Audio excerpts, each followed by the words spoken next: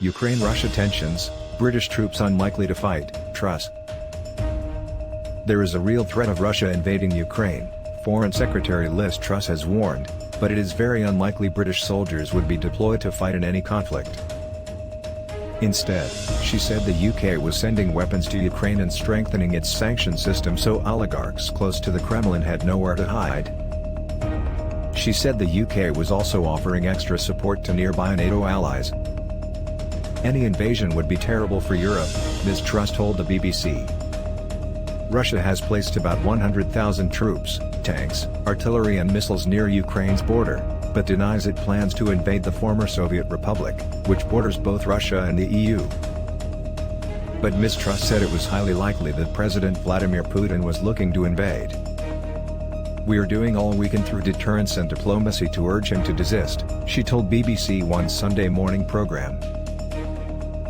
Economic sanctions, punishments put on a state, individuals or organizations by another country, could target Russian financial institutions, energy companies, and those who are key to the continuation of the Russian regime.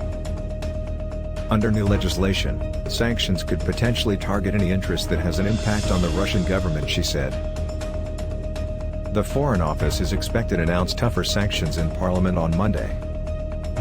Earlier this week, Ukraine's President Volodymyr Zelensky called on the West not to create panic, saying warnings of an imminent invasion were putting Ukraine's economy at risk. Ms. Truss, who will visit Ukraine and Moscow in the next 2 weeks, said the UK had already trained 20,000 troops in Ukraine, supplied anti-tank missiles, and given support to its navy and energy sector. The UK is also considering offering to double the number of its troops deployed in Eastern Europe, with Prime Minister Boris Johnson saying it would send a clear message to the Kremlin. The UK has more than 900 military personnel based in Estonia, more than 100 in Ukraine as part of a training mission, while a light cavalry squadron numbering about 150 is deployed to Poland.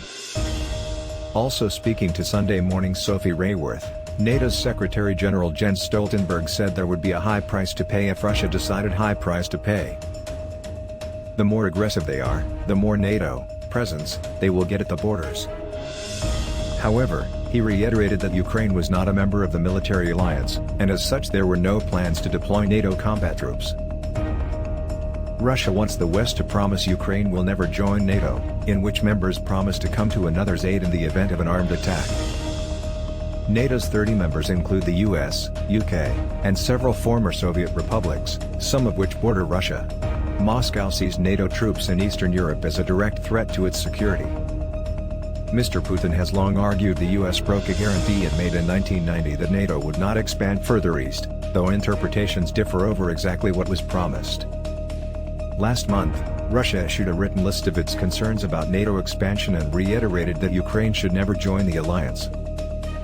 The US has since rejected that demand, but Secretary of State Antony Blinken said it was offering Moscow a serious diplomatic path forward, should Russia choose it.